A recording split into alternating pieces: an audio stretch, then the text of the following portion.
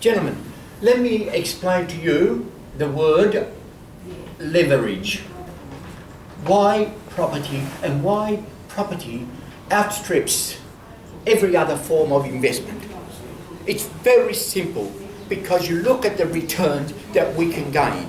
If you look at property, let's say you've got 60,000 deposit, okay, 60,000 deposit, okay, deposit.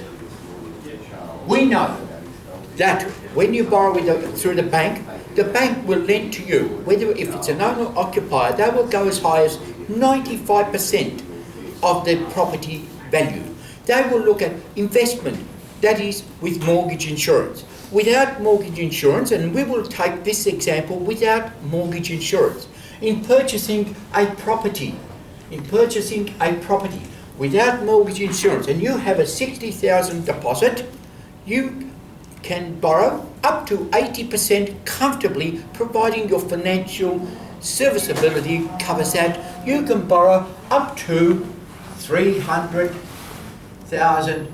You can buy up to $300,000 property versus shares and the risky options of margin lending. Margin lending. Do any of you understand what margin lending is? No. Okay, thank you. Margin lending is where you go to the bank and the bank says, okay, Matthew, you want to buy shares, you have $60,000, we will, and they have a list on the percentage that they will lend. And the maximum they'll go to 66%. But if you are going to buy shares, I never ever recommend you buying more than borrowing more than about 40% of the share value. Therefore, if you've got $60,000, I would suggest you buy shares to the value of about $100,000. And that is leveraging your deposit. Okay? Leveraging your deposit, when you look at $100,000 at 40%, it's $40,000. Because if the value of the shares go down, the banks will only give you 24 hours notice with a maximum 48 hours. If you do not top up your equity in your shares, they will sell up your whole share portfolio, or they will put a claim on you for the difference in the money. Whereas property, number one, security. Number two, you can buy a property up to $300,000 with an 80% loan to value ratio, LVR, with no mortgage insurance. Pretty simple. Okay. Property returns outside of rentals.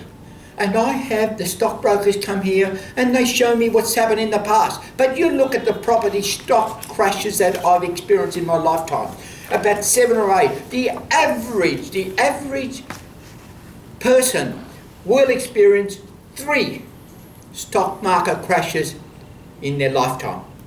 And over the last decade, people have lost all of their savings. And this is one of the reasons why superannuation funds have not shown any profit for the last 10 years.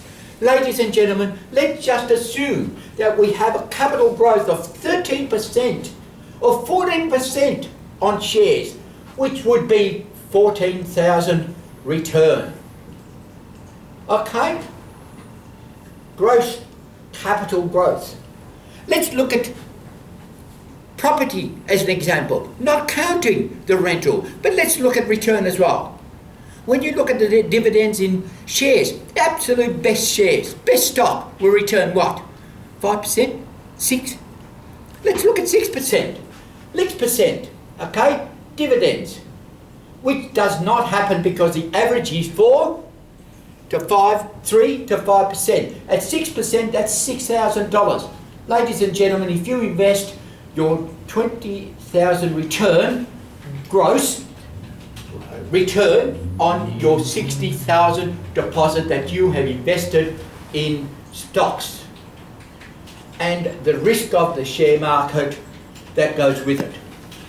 You look at the property, ladies and gentlemen. On 5% return as an investor, you will be looking, 5 threes is rent. A minimum of $15,000. Rent return on a $300,000 property. No, 9% growth. Let's even look at 7% growth on property. 7 threes are what? $21,000 return, ladies and gentlemen. That is $36,000 return, gross return. Then, of course, you have expenses. Okay? And this is gross return here. And when you look at your leverage return, 36,000 divided by 300, that gives you 36,000, clear, 36,000 divided by 60,000 on your deposit, ladies and gentlemen, will give you a 60% return on your $60,000 deposit, whereas your $20,000 divided by 100 is you 20% return, gross percent on shares.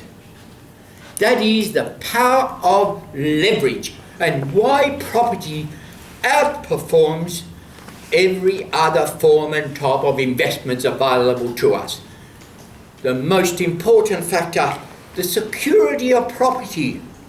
We do have a correction, and property has a correction every 5 or 6 years as well. I have experienced 7 or 8 corrections in my time in the industry as well. And providing you can afford to repay your mortgage in those times of corrections, then, ladies and gentlemen, no bank in Australia or the world is going to call on you to sell your property or to top up with your mortgage.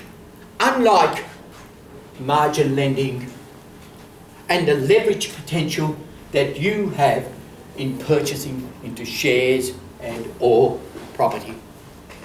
The world, the streets of Melbourne, Australia are littered with people losing their life savings in the stock market. Not so. Yes, people lose their properties, but only 0.5% of those people. And that is the power of leverage in property and why property outperforms 9 times out of 10 every other form of investment. Thank you.